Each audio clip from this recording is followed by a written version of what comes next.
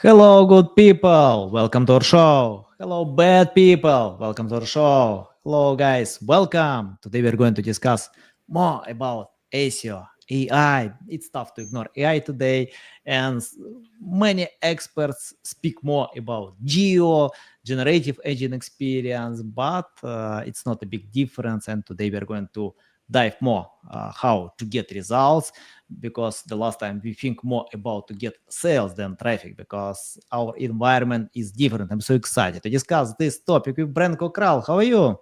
I'm great. Thank you. Thank you for having me on. Thanks, Anatolii.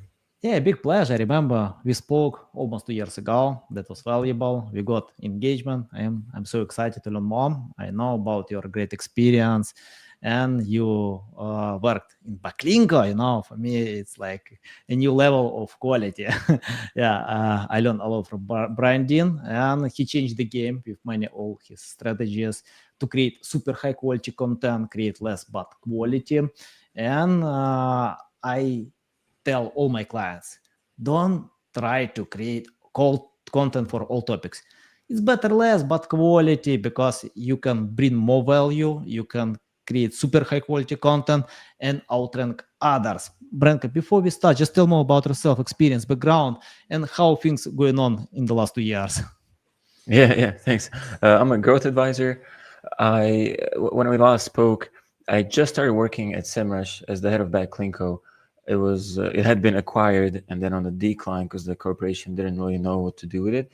They were just starting this program where they acquire big websites and publishing companies. Since then, they've acquired Exploding Topics, Third Door Media, and a bunch of others that are smaller, but also some big ones. And Uh, what we did with Backlinko was the pilot program, and we were supposed to prove the concept of that SEMrush can acquire a website, and then if they want to rank for, say, what is SEO, there would be an article on SEMrush.com that ranks at the top, and then the next article would be on Backlinko, and then the next article would be on another website that SEMrush owns. So it's actually a strategy that's being used by a lot of, especially tech companies now, where you don't just try to be number one or number three, you try to be number 1, 2, 4, and 5. Now, of course, with geo, AI, SEO, or whatever we call the new world, now things are a little different. But I think the strategy is still super valid.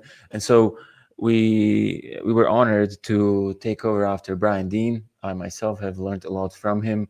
For instance, the skyscraper technique is something I've used a lot, very successfully so, in content that I've produced in my own name, but also for clients. And we built a team and put one together from 0 to 25 in half a year. That was my responsibility. I was putting together the team. I was responsible for the SOPs, the standard operating procedures, for the budget allocation, for keeping priorities clear, and for setting goals and meeting them. And then in the second quarter, we surpassed the revenue goal by 51%. With that data, we upped the next quarter's revenue goal to make it super ambitious, and we still surpassed that one by over 50% again. So I'm super proud of what happened there. And then I left Backlinko, but most of the team is actually still there, and they're still happy, and they're carrying on the legacy. They're carrying the torch, and you can still see that the content is really high quality. And one thing that I find to be really high quality is content based on first-hand experience, and also content based on feedback loops. I've served as the director of analytics at an analytics agency before, and I've built and then sold a content agency which was niched down in B2B SaaS and health. Health is a topic of passion for me, something that I'm starting to work more with again. And then after Backlinko, I've done quite a lot of advisory work with a company in programmatic SEO, with a company that's built an AI content agency with their own software, and a course that we launched for marketingops.com on content SEO essentials. And that's what I'm doing now. I'm also doing more of my own content, which is something I've finally committed to, and I'm finally consistent about this on LinkedIn and expanding to YouTube soon. Um, and other Yeah, than that, yeah, there we go. I'll stop there. nice. Yeah, yeah, I have a bunch of questions. After your intro, I have a lot more questions that I had before this podcast. And the first question, yeah, you mentioned about skyscraper technique. I know that was very powerful link building technique. And I know many experts use that. I use myself.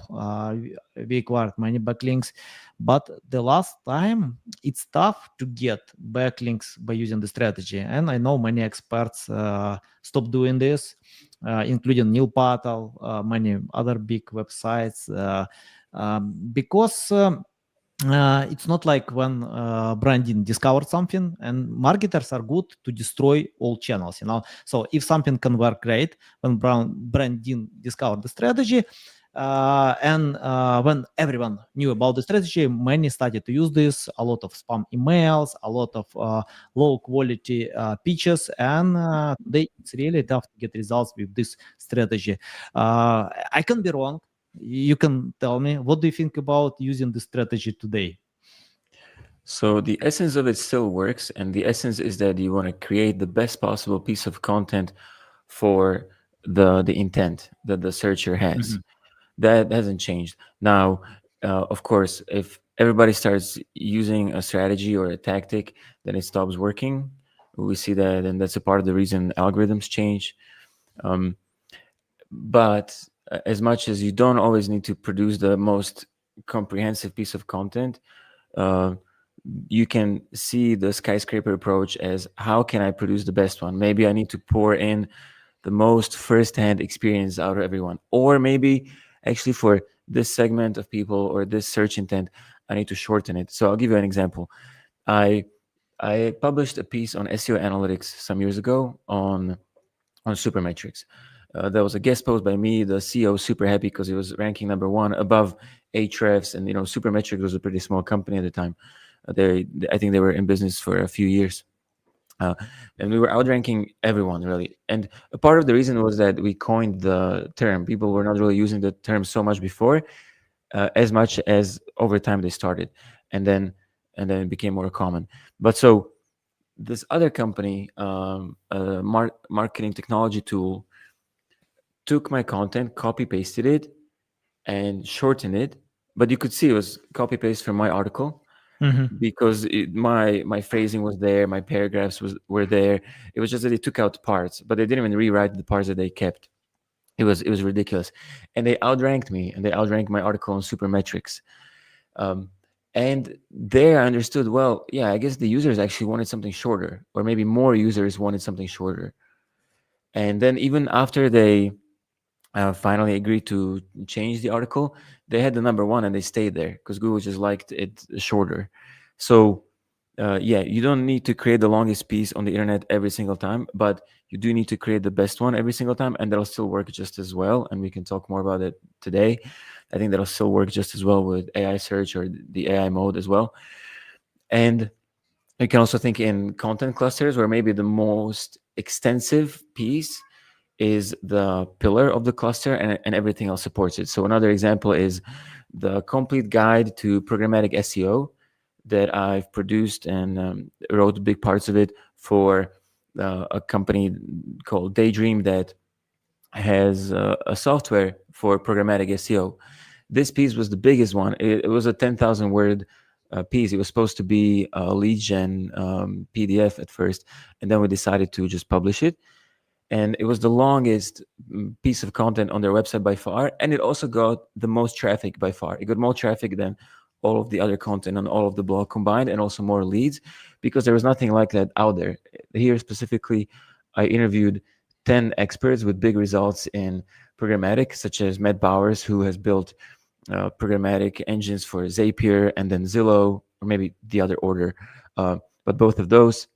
And then the guy who built it for Pinterest, and then the lady who built it for Netflix, just the big names.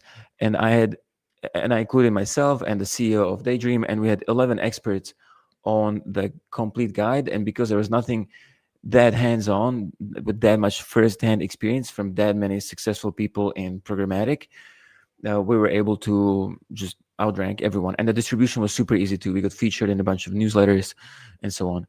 So this is a long answer, but I wouldn't even say that it depends. You just need to understand what skyscraper really means, and you don't want to go for quantity of words. You want to go for quality of Yeah, insight, of course. and sometimes Everywhere, yeah. you need quantity of words for a high quality of insight. Yeah, I just want to clarify to our listeners about skyscraper technique. So basically, if someone doesn't know, when you find some content online, probably obsolete content, outdated content, or low quality content that have many backlinks, you can reach out to these websites that link to this content and tell them you have better content. You can create this content, or you probably have this content, and ask to replace your backlink with uh, backlinks that have obsolete content. So, but Brian Dean, I don't know when. I mean, like I remember last or his strategies were more to get many backlinks at scale. I mean, like to create some statistic pages and to get backlinks naturally. And he called this strategy. I don't remember how out Link something. magnet, Huh?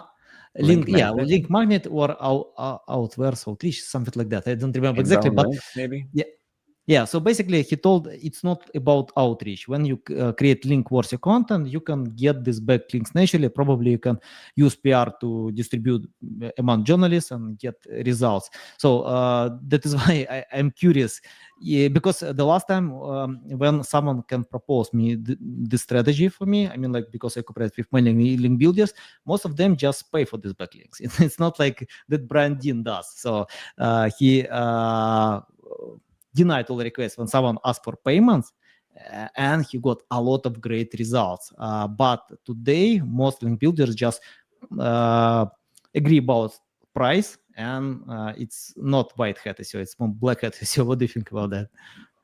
Yeah, yeah. We actually continue doing that with Backlinko and Mhm. skyscraper articles that are the best ones out there. For instance, LLM seeding right now is a new article on Backlinko. They're just so good that they get backlinks naturally because they're the resource and they show something that the team at Backlinko has tested. So they're a Yeah. resource of information that had not been published anywhere else when the searcher found it or the person who could be linking to it. So that still works really well. We also continued producing statistics pages just because nobody else took the effort to summarize stats on, I don't know, Roblox users. And that continued to work really, really well. So, yeah, I see that in a lot of lazy agencies, which I think most agencies, most marketing agencies are lazy and you shouldn't hire them. You really, really need to filter hard when it comes to hiring agencies. And what most of them do is that they'll promise you that they'll get you the best backlinks ever with the best process ever, and then they just go on a site like Loganix, which is a super good systematized platform for it, and they'll just buy them. Uh, Yeah. but I don't think those links are the ones we're talking about now. I've also acquired a lot of links. I actually recently sold my brand and my trademark and my domain chosen data with the domain rating of 46 or 47, just because I've guest posted so much. And I also Mhm. acquired some organic, or not acquired, like I gained some organic links, again, because I published resources that were the source of the information, the original source of the information. And that's, the strategy that, I don't know, Andy from Orbit Media uses. And that's the strategy behind all these studies, like the state of the industry study, the state of this study, the Gartner study. You have entire business models of consulting firms based on studies and becoming the source of the information, the first source of the information. And that also gets you backlinks without you needing to purchase backlinks. So if you're doing it right and you actually think of content distribution and authority building as a standalone need and a standalone budget item, you will be putting effort into the relationships and the resources that you publish that will get you backlinks without you having to buy them. Yeah, I got it. Yeah, it's the main reason why I wanna show you my tool, and probably I can become your customer. Because you have practical experience how to do the things. Um, let's discuss about SEO blogging as a strategy. Brandin doesn't publish a lot of posts on social media, but one post I found when he described about something what he can do today if he started from scratch. So, and he explained SEO is not one strategy that he can use because to especially backlink is a blog, and today many blogs can lose traffic because of AI overview, because of AI mode, chat GPT, and some experts like Tim Solo share that probably SEO blogging will be the thing like 3 years and then it's gone because people will get all questions on AI chats, search, it doesn't matter. So probably traffic from Google can be a little bit different, not to blog content. And I want to ask you, for example, SEMrush bought backlink. The main strategy, I mean, like the main source of all traffic is coming to blog content. What do you think about today? Is it good idea to invest in blogging? Because I still see and I still get a lot of questions. How many blog posts I need to write? How to choose the right content for blogs? And I remember blogs got plus 50% of all traffic, of all SEO traffic. What about today? Yeah. So I understand that Brian doesn't post much. Huh? He sold Backlinko and then he sold Exploding Topics, both of Yeah, them for a handful million. So I think he's chilling. yeah, of course. but but um, but yeah, times have changed. So um, blogging doesn't have the same engagement as before either. But then you see people like Kevin Indig on Substack and many others, even local bloggers. Like I'm from Slovakia, and I know Slovak bloggers who have 3,000 subscribers on Substack, and those people Yeah, actually but read the it's stuff, right? different. It's different. It's I mean, like I'm asking about SEO blogging as a strategy. I mean, like of course, I think blogging will survive and thrive if you have different channels of getting traffic. Like Kevin and Dick, he doesn't get traffic from Google. He gets a loyal audience from his newsletter, direct visits. So he builds his personal brand, and it's like for me, it's like Forbes, CNN.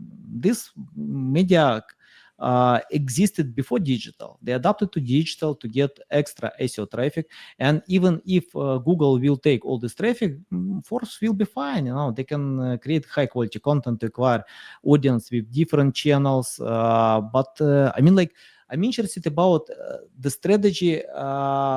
Future strategy of SEO blogging, not other channels.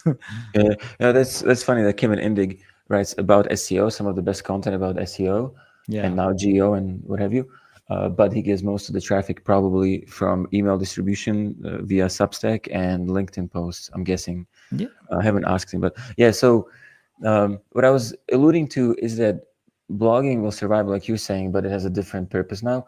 I agree that if you're blogging just for SEO, you probably don't need to be doing it. The approach right now, which a lot of AI content agencies are using, uh, and I actually left one not long ago this year because I had such a big value misalignment where a lot of AI content agencies just use AI to create more content, so at a high quantity. And one way that's been used to overcome what AI has been doing is to publish so much content that some of it will rank and you'll get some results, and you can even get a lot of results because you're publishing so much. I don't think that's the way. I also think if you're blogging for just SEO, you'll run in trouble. So what I would do, and what I actually might start doing for myself, and what I'm advising my clients to do when I work with CMOs and marketing VPs, is to use the website, the blog, but also service pages or other resources on the website as the hub, like we've been doing. But now rely on your branding and all of your distribution of the content, of the different channels of the distribution much more than before, while you still can also get some good SEO results. And we know some companies, a lot of companies have actually been doing great now, even with the big decline in general. So I would say that uh, SEO will have its place, and Google search, like the traditional way of search, will have its use cases when people don't want answers served up, when they want to browse through more, kind of like when you are browsing through a library of academic papers. I also do that sometimes instead of just a Google search or AI search, but it'll be a much narrower use case, and your blogging should accommodate to that, and be written in a way where, in my opinion, you only want to write articles that truly need to be written, not go for quantity of articles, but go for quality of each one. You need to go back to that. And SEO will be one of the distribution channels, but it will many times not be a sufficient channel like it has been before. Yeah, I couldn't agree more. I completely agree with that. I think like if any brand can still get a lot of traffic from SEO to blog content, it's better to think today. I mean, like how to adjust, change strategy. Because for me, I can feel that blog can become, I mean, like SEO traffic to blog content can become an extra channel, not the main channel that we had before. So, and for example, I don't write any blog content if I don't feel that I can get my ROI back with other channels. So, for example, I have LinkedIn newsletter. 40,000 people subscribe to this newsletter. I know I can get back all my expenses, my time, resources from this newsletter, or from loyal audience who can use my tool or my website. But I don't rely on SEO. And I know, for example, even Kevin Indik, you mentioned him a few times. He's a great expert, and he spoke on this podcast twice. And yeah, I checked his website. He doesn't get any traffic from Google. Probably a small traffic, not big one, but he has authority to speak in conferences, to be active on LinkedIn, to publish in big websites like Search Engine Journal, so he can acquire his authority, trust, and to get results from different channels. So yeah. I also say, if I may jump in on this again, the reason I got into SEO and content for SEO is because it's such a comprehensive part of marketing. So, before I would do everything in marketing. I actually started with e-commerce, PPC, and analytics. And for a while, I was making WordPress websites and also doing a lot of social media marketing for clients before social ads even started, and then social ads. And then I niched it down on SEO, PPC, and analytics, and then just on SEO and analytics. And then in SEO, I niched it down even further on content for SEO and some tech SEO for MarTech and health. And at the same time, even when I was so niched down, I had to know everything. I had to know distribution channels, and that's why I benefited from having the experience prior with all kinds of marketing. I needed to understand UX because, especially after the Google patents got public, after the court case happenings, we understood that UX signals are some of the strongest signals for Google. I also had to understand tech SEO because even today now with AI, it seems like schema is really important, and so on. I could keep going. I had to understand conversions because even with agency clients that told me they didn't care for revenue yet, they just wanted traffic. 2 months into the working relationship, they only cared for the revenue anyway, and that was a pattern. So eventually, I was only talking dollar signs to clients, even when they were SEO clients, and really, to do SEO well for all this time, you would excel if you understood all of the website experience, all of the search intent, journey, customer journey experience. And I think that's not really changing now. So maybe the biggest change we'll have now is that we redefine what SEO means, because it's already been used so vaguely, so broadly for all these things as an umbrella term, that now, whether we decide to keep using geo, AI SEO, or SEO/geo, whatever, maybe our work will not change so much. Maybe it's just a bit of a refocus and a mindset shift. But a good piece of content is probably defined the same. Maybe we can talk about that more. And if I go into that now, I would talk for 2 more minutes. But I firmly believe that a good piece of content still has the same definition as a year ago, 5 years ago, 10 years ago, and maybe even 100 years ago. Yeah. High quality content matters. It doesn't matter which channel do you use. SEO, digital marketing, I don't know, social media. People need high quality content. So if you can create this content, it works at any environment. And yeah, and I like about AI search something. I think I just forecast. I don't know how things will be, but I forecast that ChatGPT and Google AI Mode and Perplexity, any other platforms can take all this top and medium funnel. So basically, today people can ask questions to get answers in this customer's journey in sales funnel, and but these chats don't produce products. So, but they need to link to products. And I know some big agency owners, very big agencies, and they usually they get traffic from ChatGPT, including my agency, by the way. We get traffic on ChatGPT, and its conversion. I mean, like it converts much better than traffic from Google. For Google, we need to create blog posts, we need to lead to the sales funnel, we need to make many things to do. But if you get traffic from ChatGPT, it converts from the first day. So I mean, like probably it's time to think more about creating high quality products. Then you can give a strong reason to AI mode to link to your products, because people are looking for best solutions, and to work with branding. If you have strong brand recognition, yeah, I think like strong brands win today in AI search. What do you think about that? Yeah, yeah. I actually gave that advice to a CMO of a tech company, and she was super happy to hear it because she has a branding background. And I was saying, yeah, now is the time branding is experiencing a bit of a Yeah. renaissance, a revival. Being recognizable as a trusted brand is even more important than it's always been. And I also think EAT still matters. This is just the same. I think that's the best definition of good content, right? The content or just your website has to be showing that it's written based on your own experience, that you are an expert in some way, and that, the same stuff works on LinkedIn and everywhere. And then you need to have strong signals of authority. Yeah. That's your brand, and trustworthiness. That's also your brand. So yeah, definitely a time to revive the branding efforts, personal branding, company branding, not the empty ones like just blasting ads on billboards or what have you, but real stuff such as engaging in community conversations on Reddit, like truly actually paying a person who's on there and helps people, or becomes a moderator, and running your own community like marketingops.com do, having a brand that's based on something tangible. Yeah, yeah. And let's talk about EEAT more.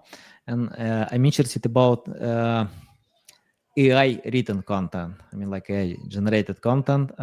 We have a bunch of AI detectors, including me. I created this AI detector. We compared with many big tools like Originality, many other tools. And but when ChatGPT was launched, sorry for my dog. My dog wants to take part in this podcast. Yeah, probably has opinion about AI detectors. But anyway, so when ChatGPT was launched, at that time, Google had policy to punish AI content. Then this policy was changed for a while. That Google punish low quality content, and according to last data, I was surprised about this data that AI content gets even more traffic than manual written content. And another study was that AI search, ChatGPT, many others prefer to regenerate AI content than human written content. So what we can see today that AI content can be quality, but for me, it's important if experts can drive this content. So if you are an expert in some specific niche, you can create quality. Doesn't matter with ChatGPT, Perplexity, you can create quality because you can ask the right prompts and you can edit results. But if you are not expert, for example, if you ask me to create any great content about weight loss, I can't, because even I had this experience, but that was personal. I can't teach others, so I can't write the right prompts probably some generic prompts. And I'm interested your opinion about that. I think in Backlinko you use manual writing. It's my opinion. I don't know exactly, but what do you think about AI written content today? Yeah, the Backlinko team has transitioned to more and more AI, but Oh. it's very, very human oriented. And even the AI agency I worked with for a few months, they they had a human touch at maybe 10 touch points in an AirOps process with about 60 steps. About 10 of them were human. And when it didn't work out, what was happening a lot at the agency was that humans were rewriting it. But so I think today you cannot operate without using AI to help you write. But I recommend to use it for efficiency, not for authorship. Um, I recommend to avoid generic content where you would be the 10th company that produced something about what is, I don't know, a voice AI agent.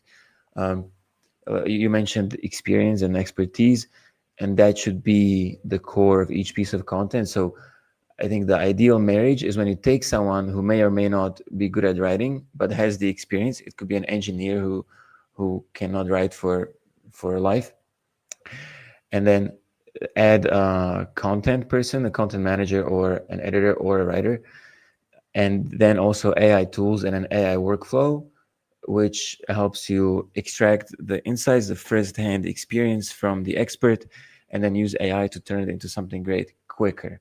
I use it a lot for outlining, for proofreading, for some fact checking, and for research, of course. And then that's just the LLMs. But if or when I use something like AirOps with clients, then that's a fully scalable model. So you can scale quality with that too. And I guess I'm just expanding on my answer on that. You shouldn't be, or like you can't really afford to produce content today without LLMs. Oh, damn, my camera, sorry. Um, and I'll fix that in just a sec. It's okay, no worries. Yeah. What even happened here? Uh, there we go. Nothing happened. It just did it on its own. Anyway, I'm sorry. So, the one thing that AI doesn't have is its own experience. And like you said, people need good content. I think AI also needs good content written by humans, or at least the experience from humans, because it is not able to generate its own experience yet. And so, the ideal is not either or, but how to pair it up. Maybe in the future my answer will be different, but right now, maybe for another year, even with ChatGPT 5, the ideal marriage is pairing it up for efficiency. Yeah, got it. Branko, I want to ask about website that you know about neilpatel.com. So basically, I love this website like Backlinko. I learned a lot from Neil Patel, but what I can see today, Neil Patel allowed to drop almost all his traffic. I check out today. According to Serankin, probably other tools can show something different, but we have some discrepancy. Anyway, so on the peak, this website had plus 2 million traffic. Today, it's around 40,000 people, and it's a huge drop, for Neil Patel. But anyway, what I analyzed, I checked net worth of Neil Patel. So his net worth grew from 30 million to 100 million at that time when he lost traffic for around 2-3 years. So I think he switched to other channels, and it's not like causation is equal to correlation. I mean, like if other channels can bring more results, and we can see that he's posting content on YouTube. He has super popular podcast with Eric Sue. So he has many other channels. He uses his name, probably brand recognition, but he stopped considering SEO as a channel, and he allowed to die this traffic.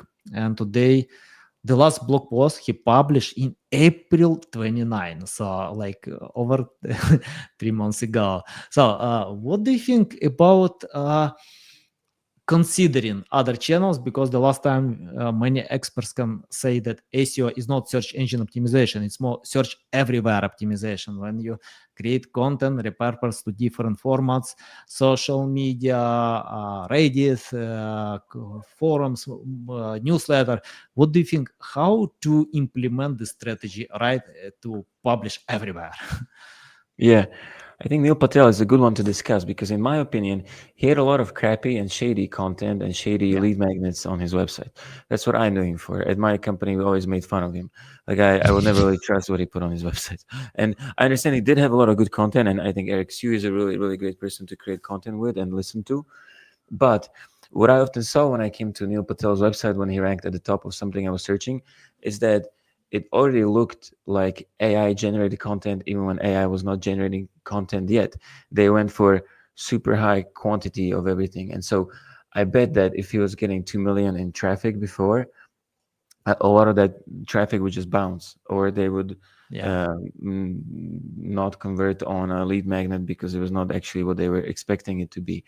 And so if you're anywhere close, and you don't even need to be as dishonest as that. And I have a really, really bad opinion of Neil Patel's business morals, but I also respect him for how much he's built for himself. So it's hard to argue.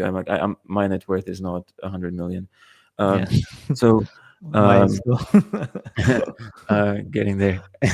So if your company is struggling with creating content that's authentic. Let's say you're a tech company and you're struggling to get your engineers involved in content creation. They're just too annoyed by it or something, and you've been trying for 2 years and you've had some results, but not really.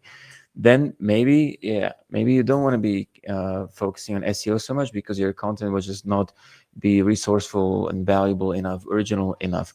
Maybe your content will remain too generic. So maybe going deeper on branding is your thing. Maybe just building LinkedIn profiles for 5 of your chief executives. Maybe that's the thing to go for. But definitely for everyone, those channels that we, as SEOs think of as distribution channels, those have absolutely become more important for everyone. And we were able to just publish content in recent past and then get a ton of traffic to it from SEO, which is still the case for a lot of people, including Backlinko. But I would absolutely consider, and with everybody I advise, we will look at channel mixes, whatever they enjoy, whatever they've excelled in the past, and we set up a new channel mix for most companies I work with now. Yeah, got it. And I need to ask a few questions that I have some students in my network. They always ask me about for advice, especially today when many things are changing fast. We need to adjust, and probably for experts, it's more simple to adjust. But for newbies who wanna start from scratch, it's tough. It's really tough because companies today are looking for AI agent implementation than hiring interns. That was before. For example, we analyze some data. Big tech companies in the US in the last time fired 65,000 people. Microsoft, Google, Amazon, IBM. And for example, Microsoft fired 9,000 people, 4% of all staff. But today, this company grew revenue, market capitalization $4 trillion. So basically, they're growing, but they're firing people, and it's tough. It's really tough to become to join these companies because they smart the best people, smart minds, and these people can lose jobs because of AI.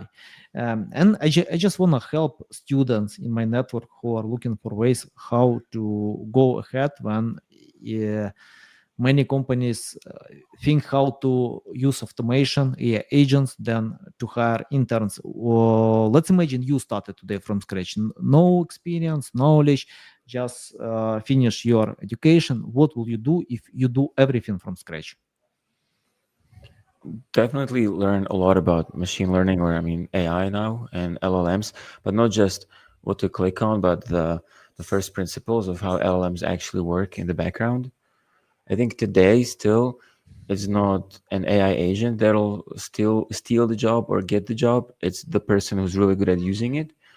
So right now, for instance, developers have had a 10x productivity boost thanks to AI and the platforms that use AI and vibe coding.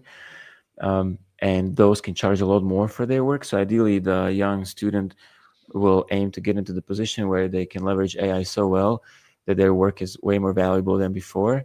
And hopefully, we can all work less and still make a good living. I think some societal changes need to happen for that too. So we're not just experiencing a bigger and bigger wealth division and income gap. Uh, but yeah, I think young people today need to start by being more technical than before. But I would also comfort everyone by remembering that humans want to interact with humans. There's just so many reasons for that. And of course, we're happier when we call a number and there's a voice AI agent on there who's the receptionist and can give me better advice than before. But then there's so many use cases when people actually prefer to talk to humans. And I think there's a lot of use cases where this will not change. So maybe thinking about those professions and what generates value in industries where the value needs to be brought by a human, maybe finding those, like just listing those and brainstorming, maybe asking ChatGPT where humans will probably still be needed in 10 years.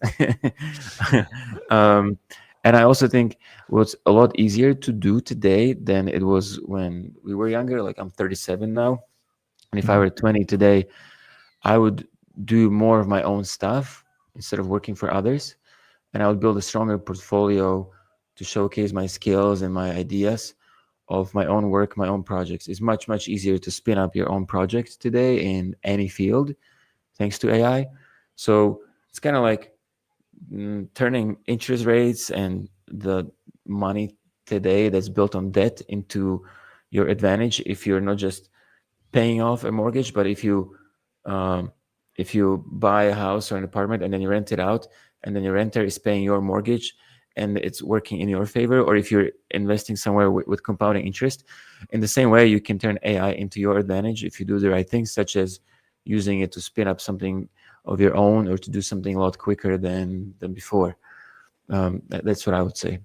Yeah, valuable, valuable. Yeah, and I can agree. Especially, I checked one study that today companies are looking to hire people with less skills but more experience with AI. So experts who have great experience but less skills with AI can lose someone who has great experience with AI but less skills. So if you learn machine learning, if you learn how to drive this tool, then it's a big chance that you can be hired, or the second you can work with your projects. So Yeah. when I was young, um, to find any information I should go to library to sign, to search for a book. Today, Google, ChatGPT, YouTube, guys, you can find everything. Yeah. Just, Yeah. yeah, make your hands dirty. For example, if someone will come to me and tell, look at, I get degree how to grow on Instagram, I will ask, okay, show your Instagram accounts, show what you did. So if you wanna get good positions in SEO, start your blog, create content, make your hands dirty. Today, a bunch of free tools that can allow that. So yeah, Yeah. Or I you'll agree. pay $20 for a tool. Like if you have a budget of $50 a month and use that for some great tools, you can get super far. I, Yeah. I think that a lot of the panic is here because people just like to do the same things. People don't like change by our nature. And there's a lot of good reasons for that too. There's many instances where we should not be changing how things operate if you want to continue to be happy and healthy. But uh, here it's not a choice anymore. And so if you stop thinking in like, what can I do the same way as before to still succeed? Of course, will fail. I've seen a statistic too, where especially in 2023, a lot of the tech companies were laying people off left and right. I think the biggest layoffs happened in Yeah. 2023, and then it slowed down a lot. Even though AI has been getting better, there is still layoffs happening, but slowed down. And one statistic I saw about the 2023 layoffs is that most of those people were able to find jobs in a few months, and most of them were paid better than the ones before.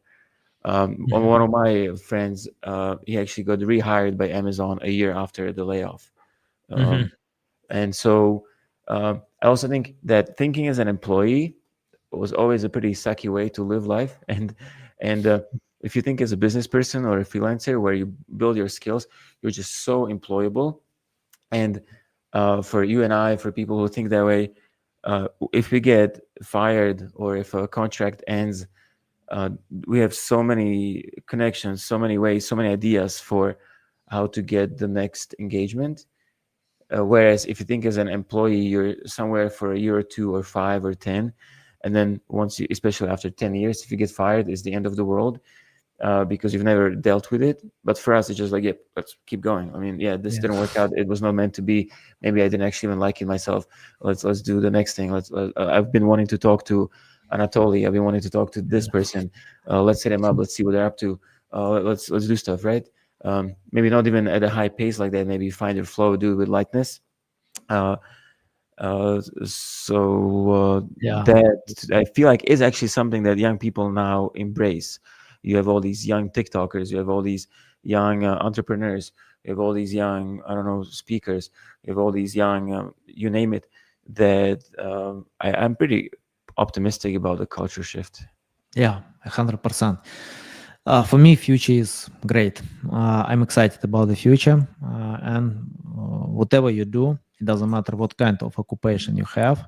Because I remember one of my friends told me that her son is going to become a doctor because he doesn't want to take any part with AI. I replied, no, you don't know how AI can impact health even today. So Uh, you can't hide from AI. You can't. You need, uh, yeah, to think how to adapt. It doesn't I have matter a what kind friend. of occupation. Yeah, yeah. I have a friend who's working on building 3D models of MRI, the Mhm. magnetic resonance. I forget what the I stands for, but the imaging where before it was kind of hard to read the images. And what happened to me once when I had a torn shoulder on the inside, the labrum, is that they thought the tear was here, and then they went in, they put a camera in there, and they discovered the tear was here and here. But now the MRI images will be 3D, and you'll be able to spin it around like this, look like.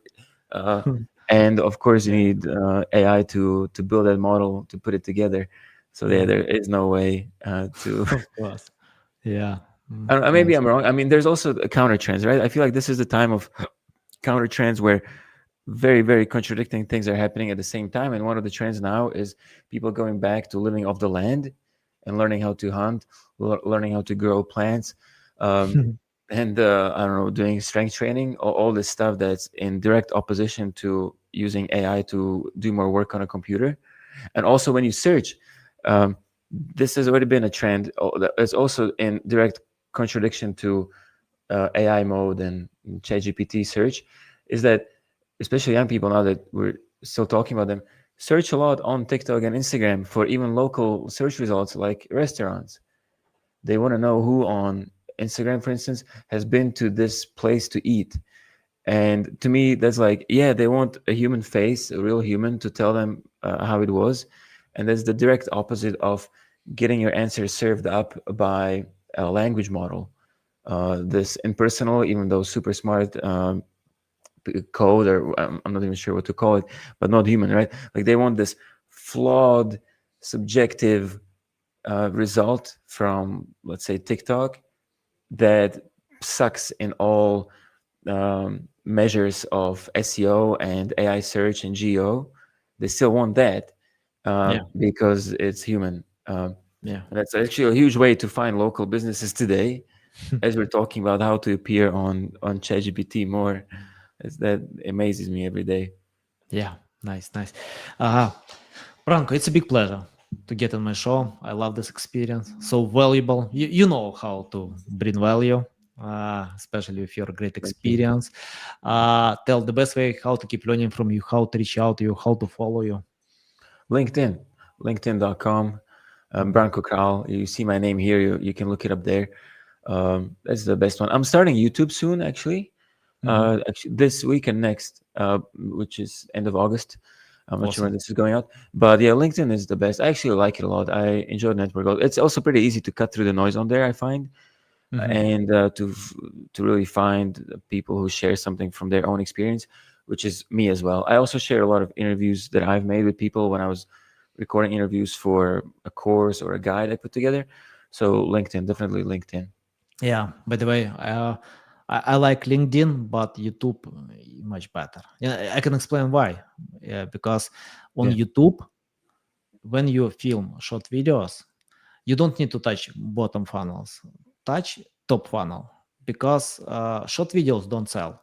You can film a bunch of short videos. I remember one data that was comparison monetization from long videos and short videos. So basically, 1 billion views in long videos brought $45,000, but 1 billion views from short videos brought less than $500. So the difference like 100 times. And Yeah. but today, when you film short videos, you can acquire audience, loyal audience who can watch this content, who can subscribe. And what I found, it doesn't matter how many subscribers or followers you have. The same on TikTok. So you just film short videos, and YouTube, TikTok can give plus 100 views to each video. 100 views, 200 views, 300 views. So, and they learn. If you can retain the audience, they give more and more. Even if you have audience but your content is boring, it doesn't help. So you can't win engagement. That is why today I love YouTube and TikTok.